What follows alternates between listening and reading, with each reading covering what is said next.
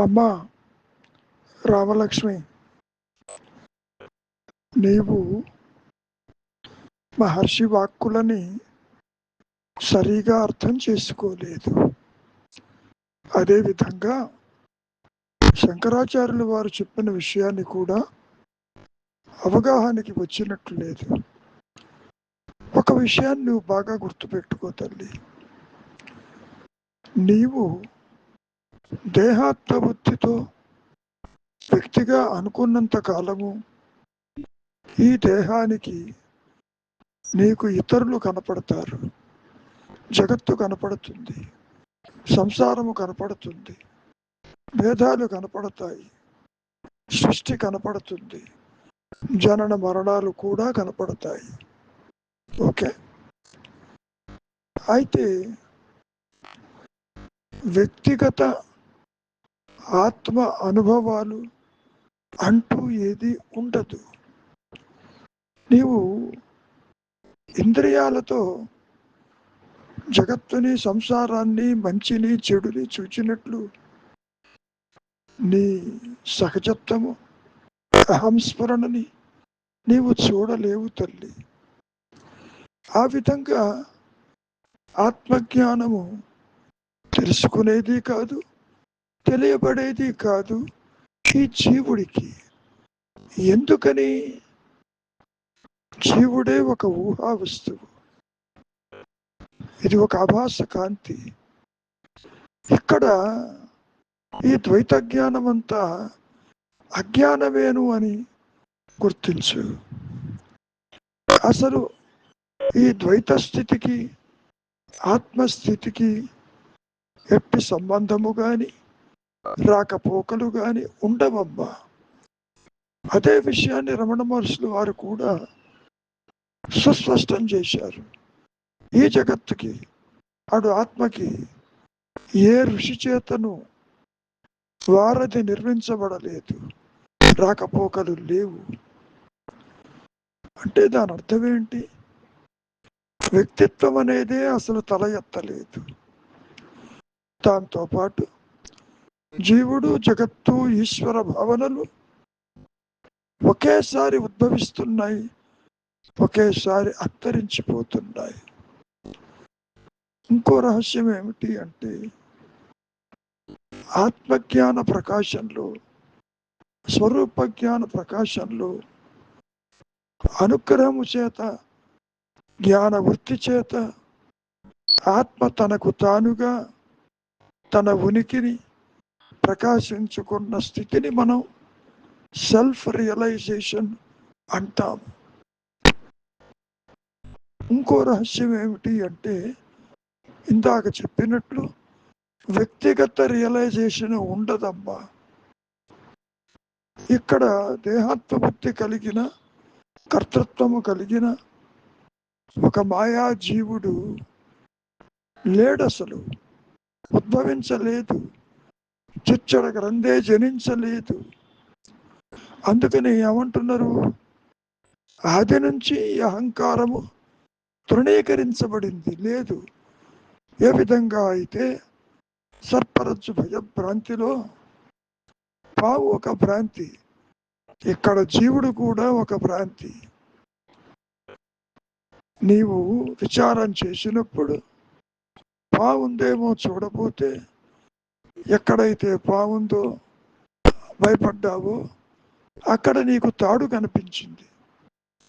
తాడు పాము కాలేదు, పాము తిరిగి తాడయ్యే ప్రసక్తి లేదు. నీవే అంటావు అసలు పామే లేదు, ఉన్నది తాడని.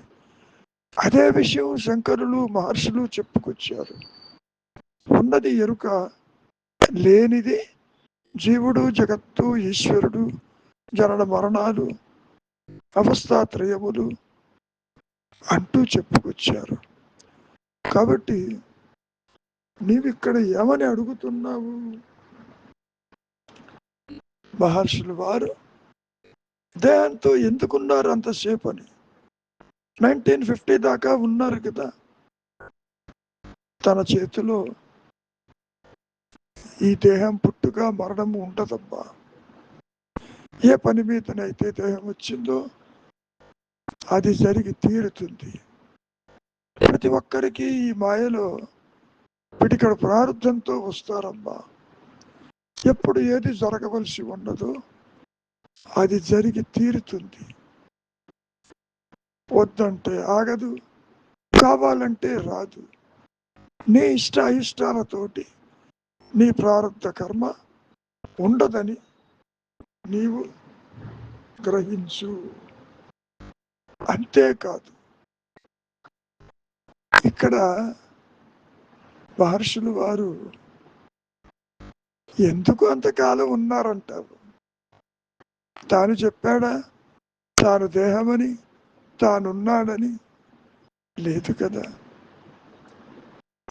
ముఖ్యంగా స్వరూప జ్ఞాన ప్రకాశం తర్వాత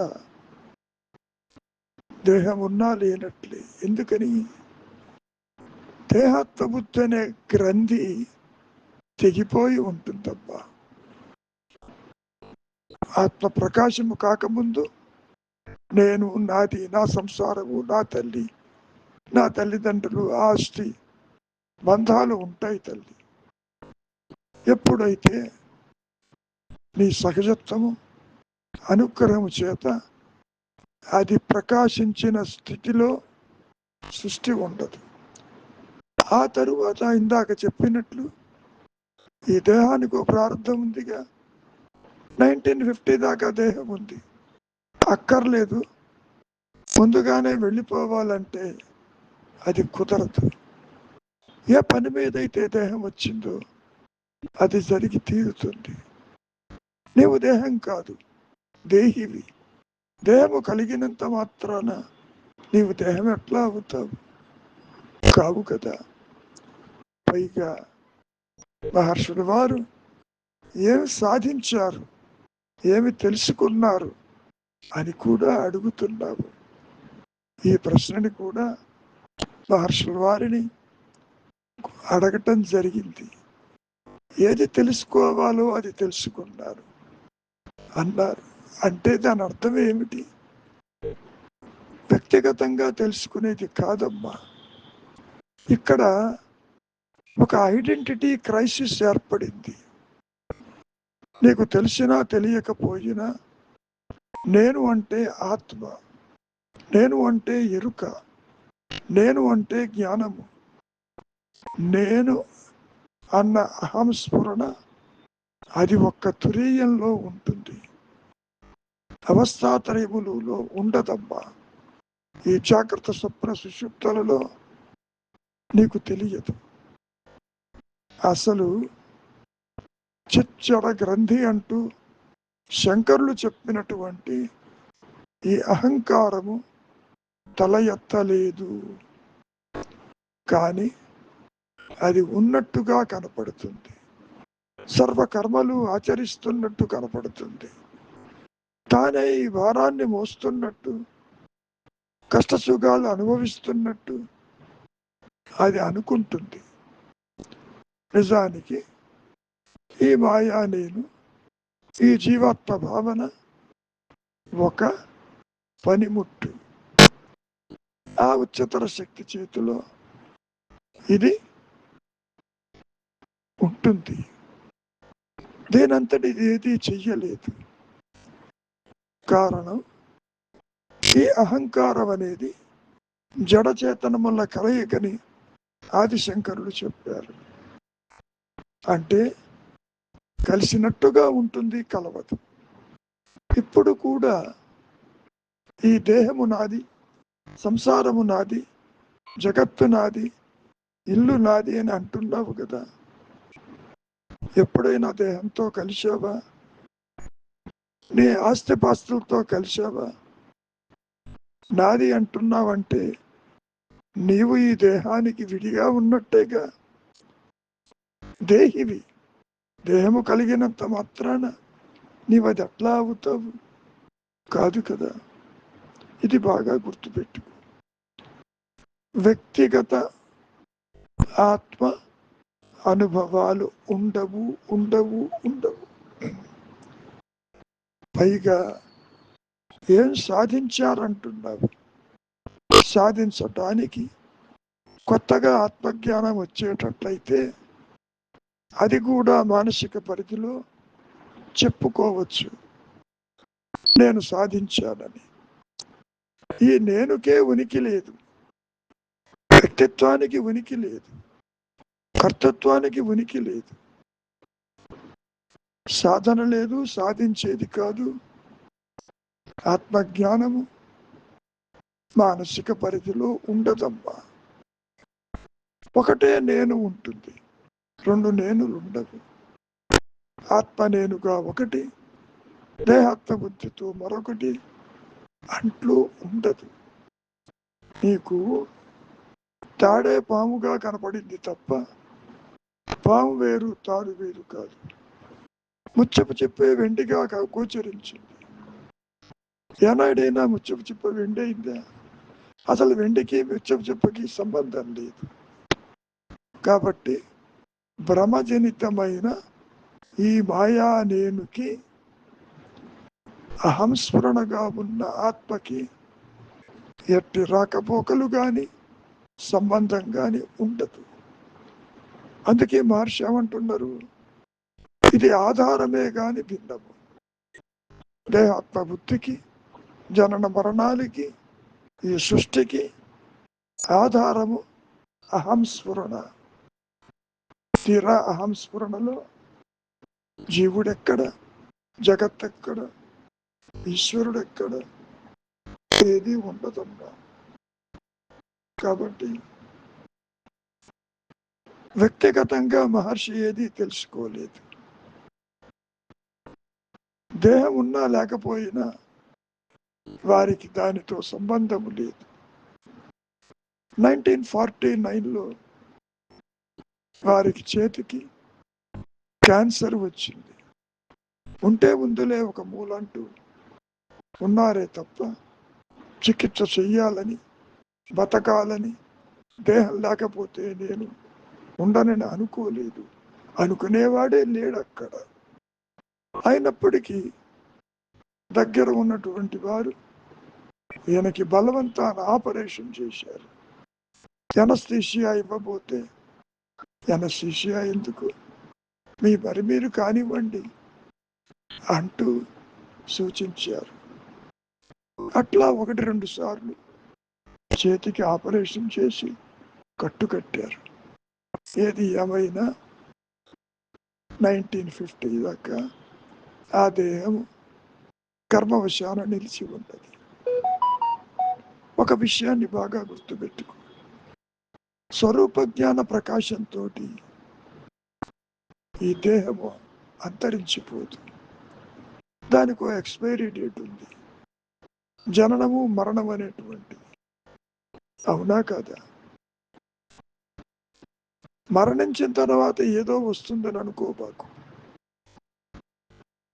దేహం ఉండగానే అనుగ్రహం చేత స్వరూప జ్ఞానం దానంతటది ప్రకాశిస్తుందమ్మా.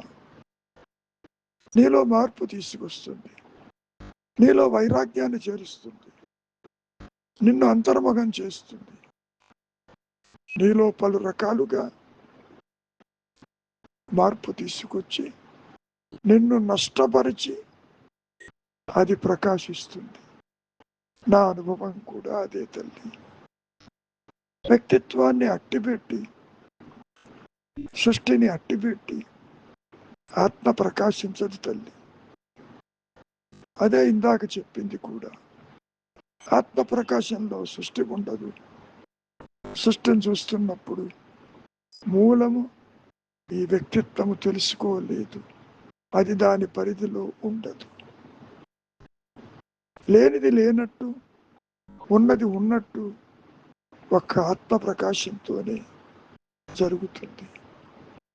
ఈ జీవితం యొక్క పుట్టుక పరమార్థము అదిగో నీ స్వరూప జ్ఞానము అనుగ్రహం చేత అది ప్రకాశించటమే తప్ప వేరు మార్గము లేదు. నిజానికి నేను పుట్టలేదని గ్రహించమన్నారు మహర్షులు వారు. అహంకారమే పుట్టలేదు, ఆత్మకి పుట్టుక లేదు. కాబట్టి ముక్త స్థితి అంటే ఆత్మస్థితి, మోక్ష స్థితి అంటే సహజ స్థితి ఉన్నానన్న ఎరుక. అది ఒకటే ఉంటుందమ్మా. జీవుల్ని చూసినట్టుగా జీవాత్మలంటూ ఏవి ఉండవు.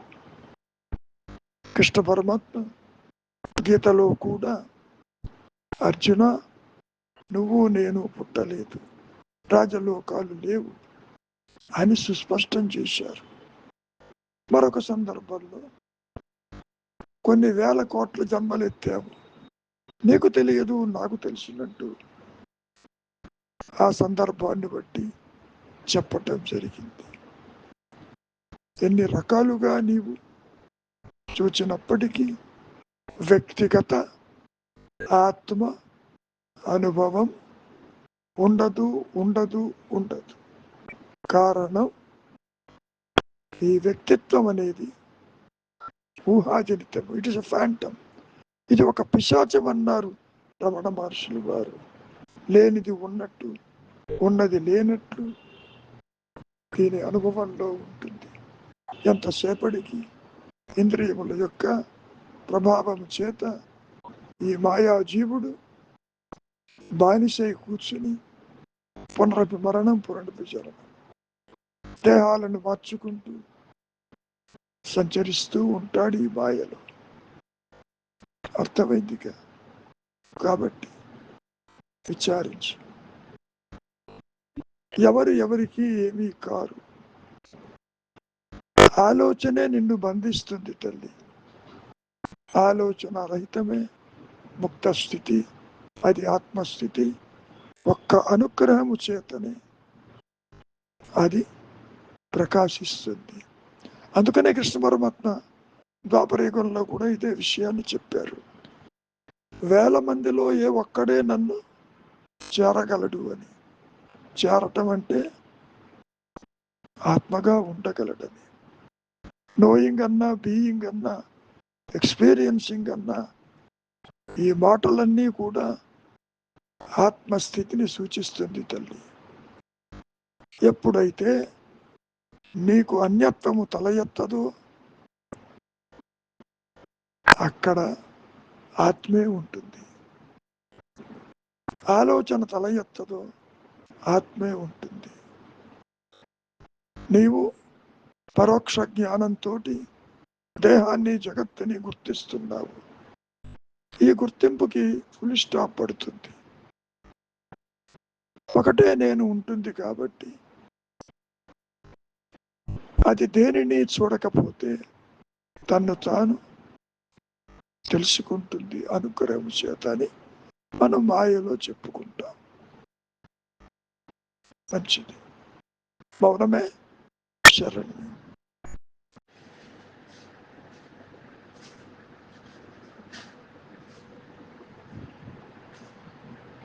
అయ్యా నారాయణ గారు, మీరు ఒక విషయాన్ని పూర్తిగా మర్చిపోతున్నారు. ఏమిటంటే,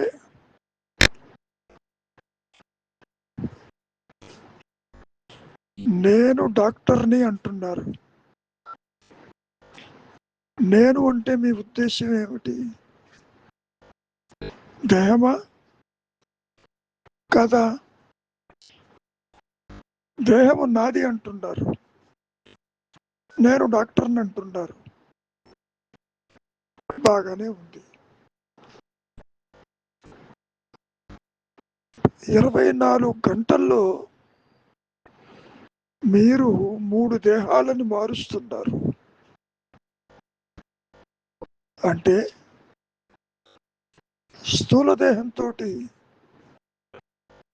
జగత్తుని, ఇతరులని,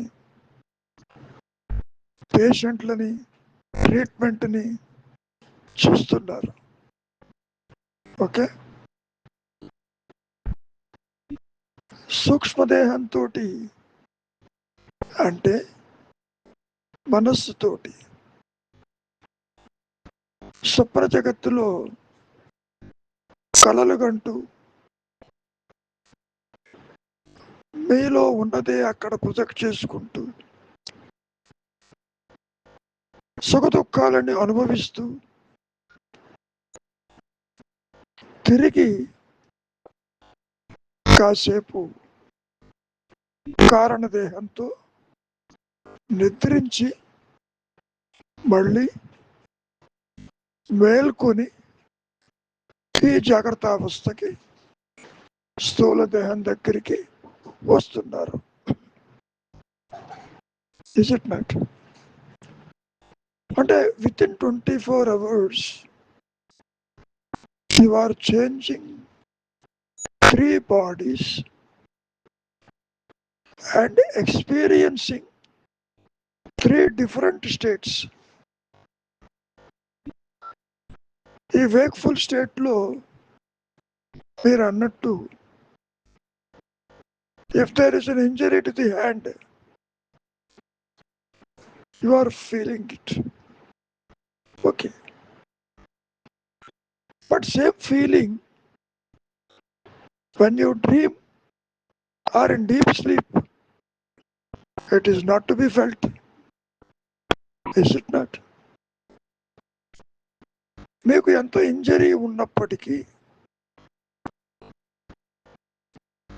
ఈ స్థూల దేహం యొక్క స్థితి అంటే status you are not experiencing either in the dream or in deep sleep. Is it not? What does it mean? Even without the body consciousness, you are very much in existence as awareness. Your nature is awareness. We call it as consciousness, jnanam. Even without the body mind consciousness, అంటే స్థూల సూక్ష్మదేహాలకి పరిమితం కాకుండా మీరు నిలిచి ఉన్నారు నిద్రావస్థలో. అక్కడ your reality is very much there, but you do not experience that because the same ego వృత్తిరాహిత్యమై టెంపరీగా లయమై ఉంటుంది బేస్లో. మళ్ళీ మెళుకు రాగానే you will be back to wakeful state. స్వప్నాన్ని డ్రీమ్ స్టేట్ని కలగంటున్నంతసేపు మీకు అది పొరపాటునైనా అసత్యమని తెలుసునా? తెలియదు కదా. కళ నిజమని, సుఖ దుఃఖాలు అనుభవించటం నిజమని కలగంటున్నంతసేపు అది అసత్యమని తెలియదు. Is it not? ఎప్పుడైతే when you will be back to దేహాత్మ బుద్ధి, నేనంటే ఈ దేహము, I'm a limited egoistic individual, నాకు బాధ్యత ఉంది, కర్తృత్వం ఉంది అని మీరు ఎప్పుడైతే ఈ వేక్ఫుల్ స్టేట్కి వచ్చారో, మరి డ్రీమ్ని ఏ విధంగా డిసైడ్ చేశారు? అసత్యమని. Is it not? కలగంటున్నంతసేపు కల సత్యమే. ఇంకొక అవస్థకి వెళ్ళినప్పుడు ఈ కళ అసత్యమై కూర్చుంది. అదే మహర్షి కూడా చెప్పింది. కళ అసత్యమైతే కళ కనేవాడు సత్యం ఎట్లా అవుతాడు? చెట్లు నరకటం అసత్యమైతే గొడ్డలు సత్యం అవుతుందా? కాదు కదా. Okay, let us think about the body consciousness. నిజానికి మీరు దేహంతో కలవరు. ట్రై చేయండి. మై మైండ్ మై బాడీ అంటారే తప్ప ఐ ఆమ్ దిస్ బాడీ దేహం చెప్పిందే ఎప్పుడైనా? నేనంటే డాక్టర్నని మీరు చెప్తున్నారు. I'm a doctor. Okay, that is your thought. Body never speaks about it's existence, is it not? మీరు కాసేపు నిద్రపోతేనే దేహం ఉందో లేదో కూడా తెలియదు, సంసారం ఉందో లేదో తెలియదు, మీరు ఏ ప్రదేశంలో ఉన్నారో తెలియదు. ఎందుకని? All the thoughts are cut off, is it not? Body is a thought, place is a thought, profession is a thought, God is a thought, family is a thought, bondage is a thought, salvation is also a thought. In fact, the thoughts rule the world. జగత్తు కూడా థాటే. ఎప్పుడైనా మీకు తీరిక సమయంలో thought అంటే ఏమిటో ఒక్కసారి పరిశీలించండి. It has no existence. పోనీ దిస్ ఈజ్ మై థాట్ అంటారు. థింకర్ ఉన్నాడేమో చూడండి. That is also found to be non existing. Who is this thinker? There is nobody like thinker.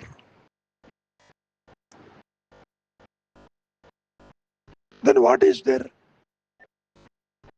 Only awareness is there. Only existence is there. ఇంకో విషయాన్ని బాగా గుర్తుపెట్టుకోండి. You are conscious of your profession, conscious of patients, conscious of place, conscious of time, conscious of duty, conscious of family, conscious of Puranas, conscious of several things. But you are not conscious of consciousness. That is precisely the realization. That takes place only through grace. ఒక్క అనుగ్రహము చేతనే మీ సహజత్వము ప్రకాశించిన స్థితిలో జీవుడెక్కడ, జగత్తెక్కడ, జనన మరణాలు ఎక్కడ, మీరు అనుకునే profession ఎక్కడ, ఫ్యామిలీ ఎక్కడ, అంతా అదృశ్యమైపోయిందిగా.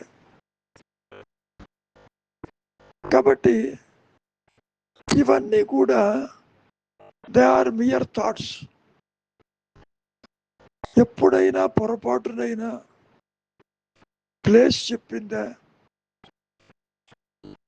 ఐఆమ్ ఇంగ్లాండ్ అని, ఐఆమ్ అమెరికా అని, ఐఆమ్ ఆస్ట్రేలియా అని చెప్పలేదుగా. యు సే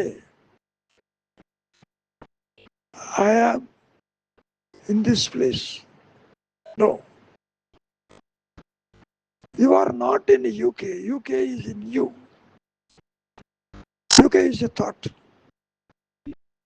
సంసారంలో మీరు లేరు, మీలో సంసారం ఉంది. కంట్రీలో మీరు లేరు, మీలో కంట్రీ ఉంది. కానీ ఇక్కడ ప్రదేశాలు కనపడుతున్నాయి, ఇక్కడనే ఉన్నానని అనుకుంటున్నారు మీరు. ఆ ప్రదేశం ఎప్పుడైనా నేను అమెరికా అని, ఇండియా అని చెప్పిందే? చెప్పలేదుగా. మీరు చెబుతున్నారు. Who says I am here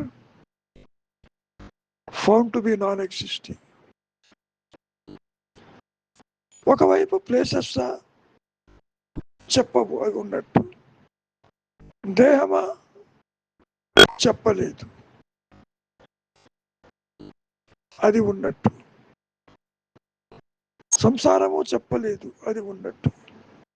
you are cognizing those things in a wakeful state. అదే ఇందాక మీకు చెప్పింది.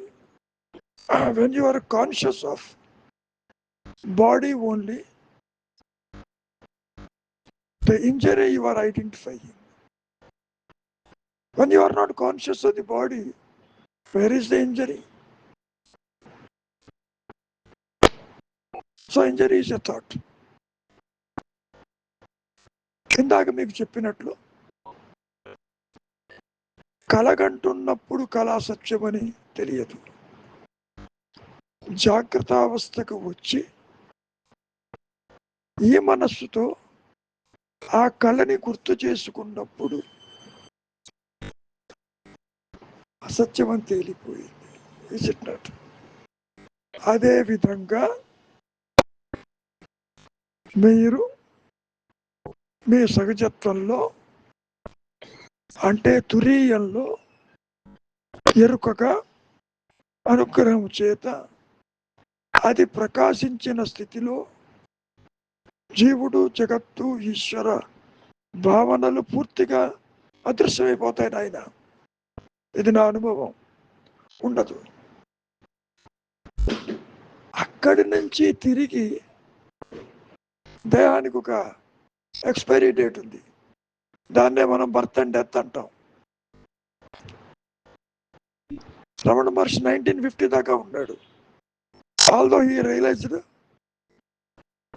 ఇన్ ద ఇయర్ 16 years కనుకోపోని. అయినప్పటికీ కాబట్టి సెల్ఫ్ రియలైజేషన్ అయిన తరువాత దగ్ధబీజ మనస్సుతో బయటికి వచ్చి చూచినప్పుడు దేహము, సంసారం కూడా కనపడుతుంది. ఇది అసత్యమైనా కనపడుతుంది. ఎండమావుల్లో, మిరేజెస్లో నీళ్లు లేకపోయినా నీళ్లు కనపడతాయి. నీళ్లు లేవని తెలిస్తే తాగడానికి ఎవరు వెళ్ళరు. ఇక్కడ కూడా దేహము, సంసారం కనపడుతుంది. కానీ ఈ దేహాత్మ బుద్ధి అనే ఐడెంటిటీ క్రైసిస్, సెల్ఫ్ రియలైజేషన్ తోటి అది తొలగిపోతుంది. అప్పుడు తెలుస్తుంది ఆత్మ తప్ప, ఎరుక తప్ప, అహం స్ఫురణ తప్ప అసలు జీవుడు, జగత్తు, ఈశ్వరుడు లేరని. ఉన్నట్టు కనిపించిన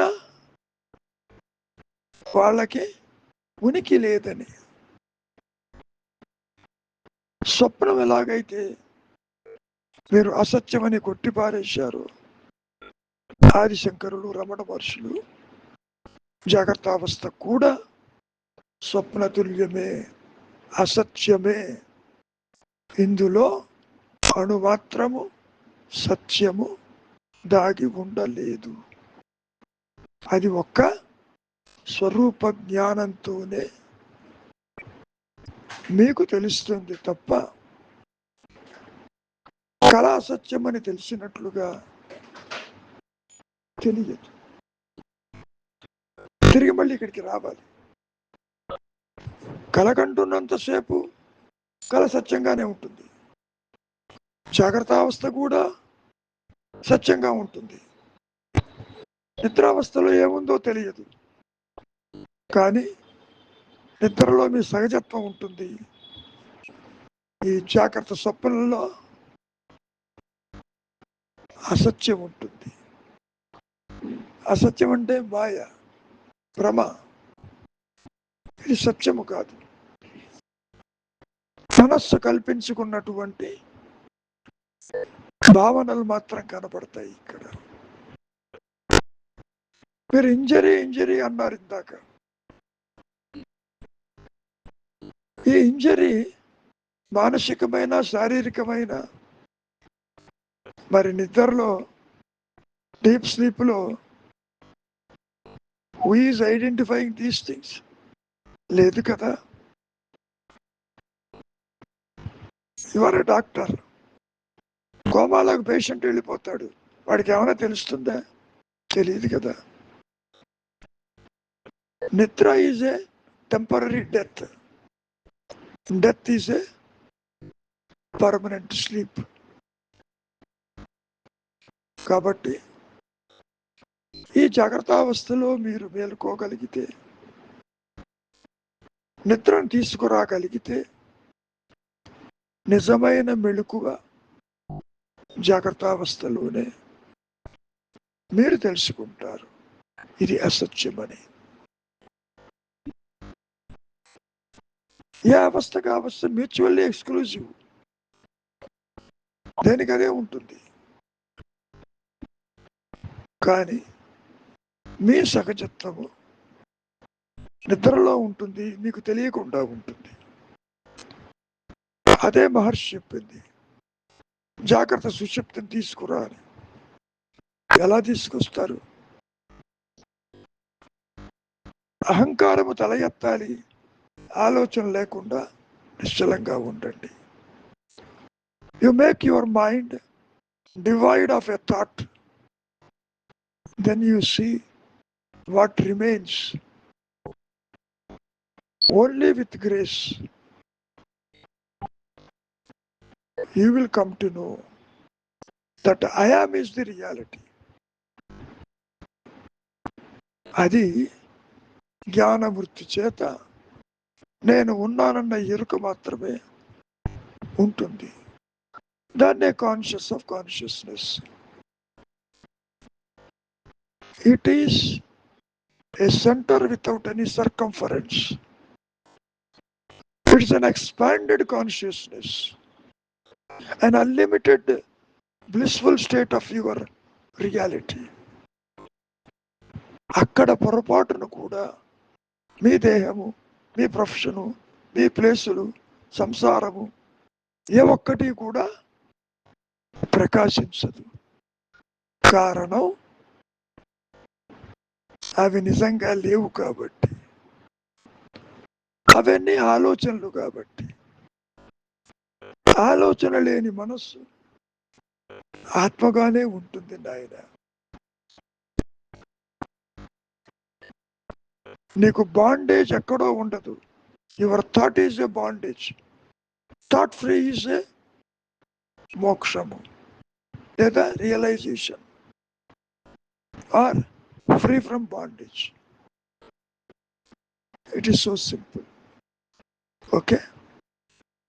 Just give your mind, analyze it. You will understand. Don't come to the judgment by your own thoughts. Develop thought-free mind. ఆలోచన లేని మనస్సే ఆత్మ. రెండు నేనులు ఉండవు నాయన. అహంకార నేను, ఆత్మ నేనంటూ ఉండదు. ఇది నా అనుభవం. నేను మాత్రమే ఉంటుంది. మనస్సు బయటకు వస్తుంది, అదృశ్యమైపోతుంది. ఆలోచన వచ్చినప్పుడు పుడుతుంది, నేనప్పుడు ఉండదు. ఓకే, మౌనమే శరణ్యం. అమ్మా ప్రసూన,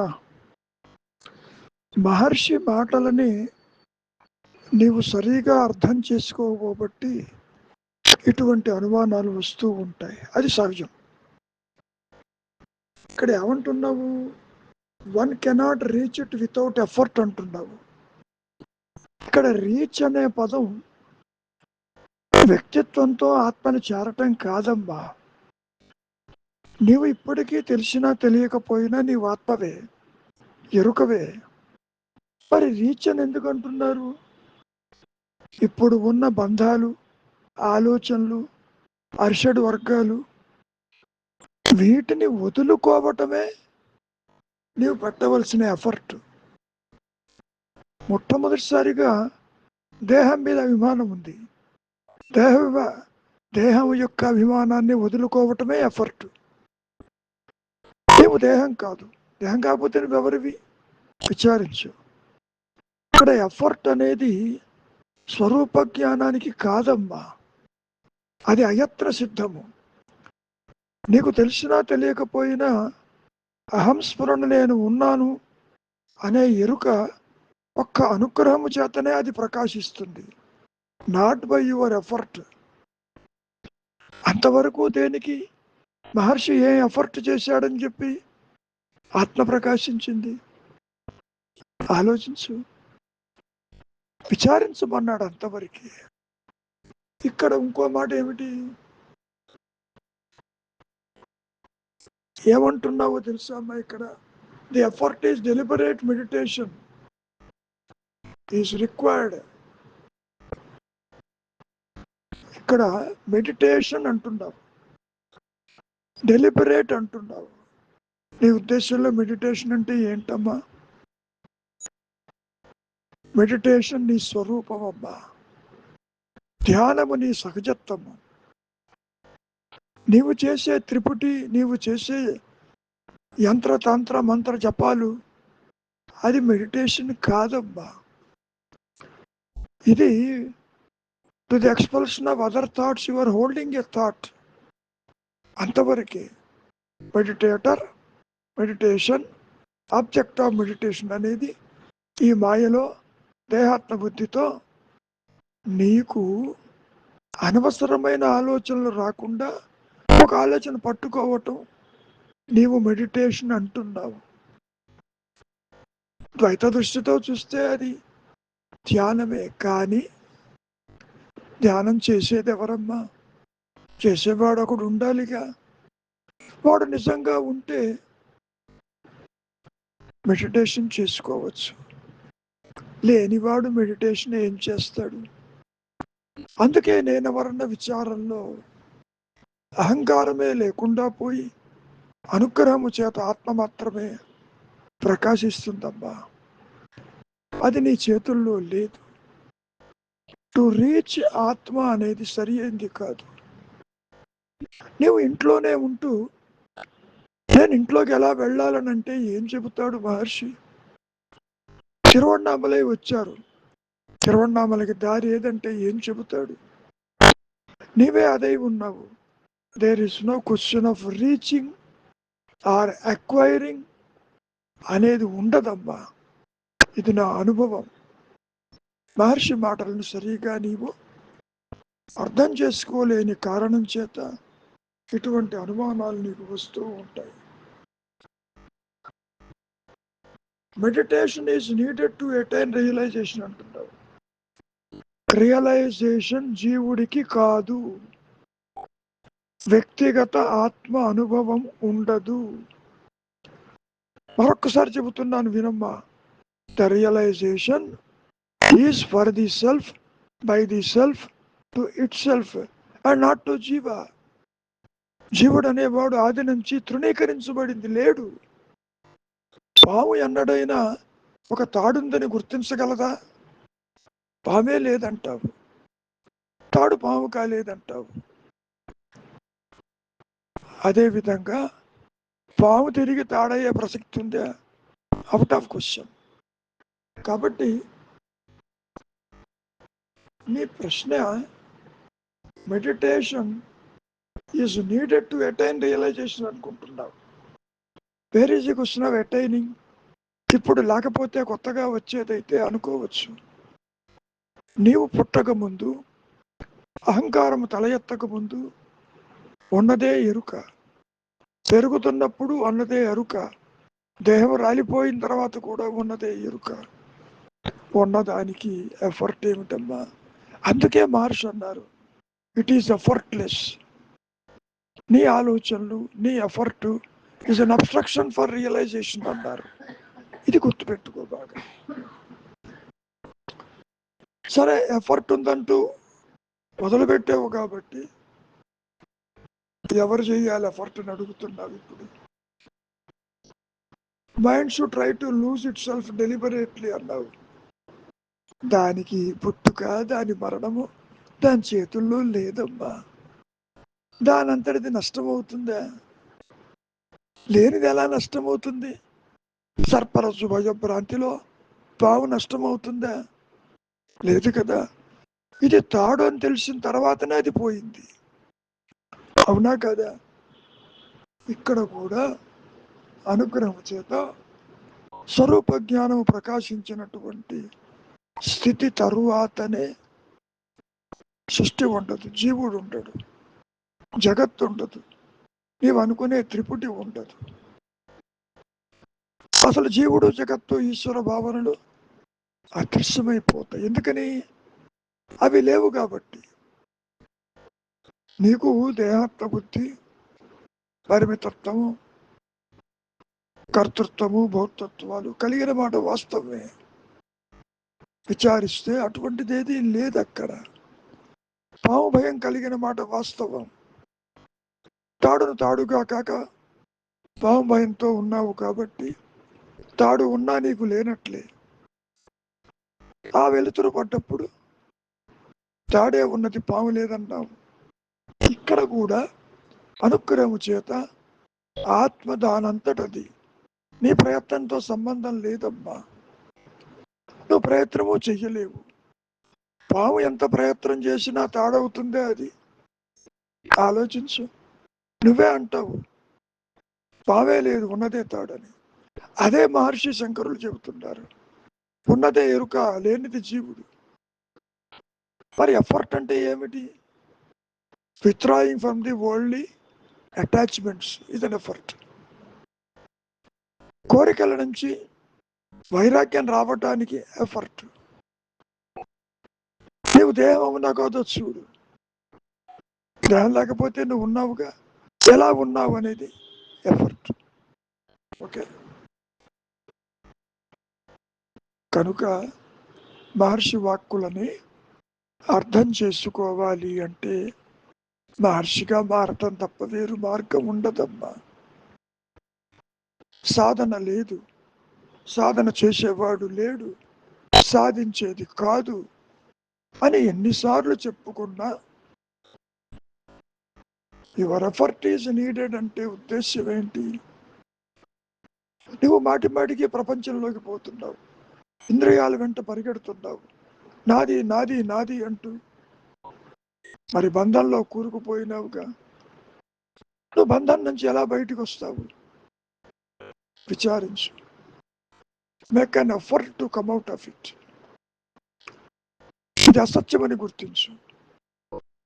నీవు ఒక పనిమట్టు అని గుర్తించు. ఈ ద్వైత జ్ఞానం అంతా అజ్ఞానం అని గుర్తించు. అలా గుర్తించటమే ఎఫర్ట్.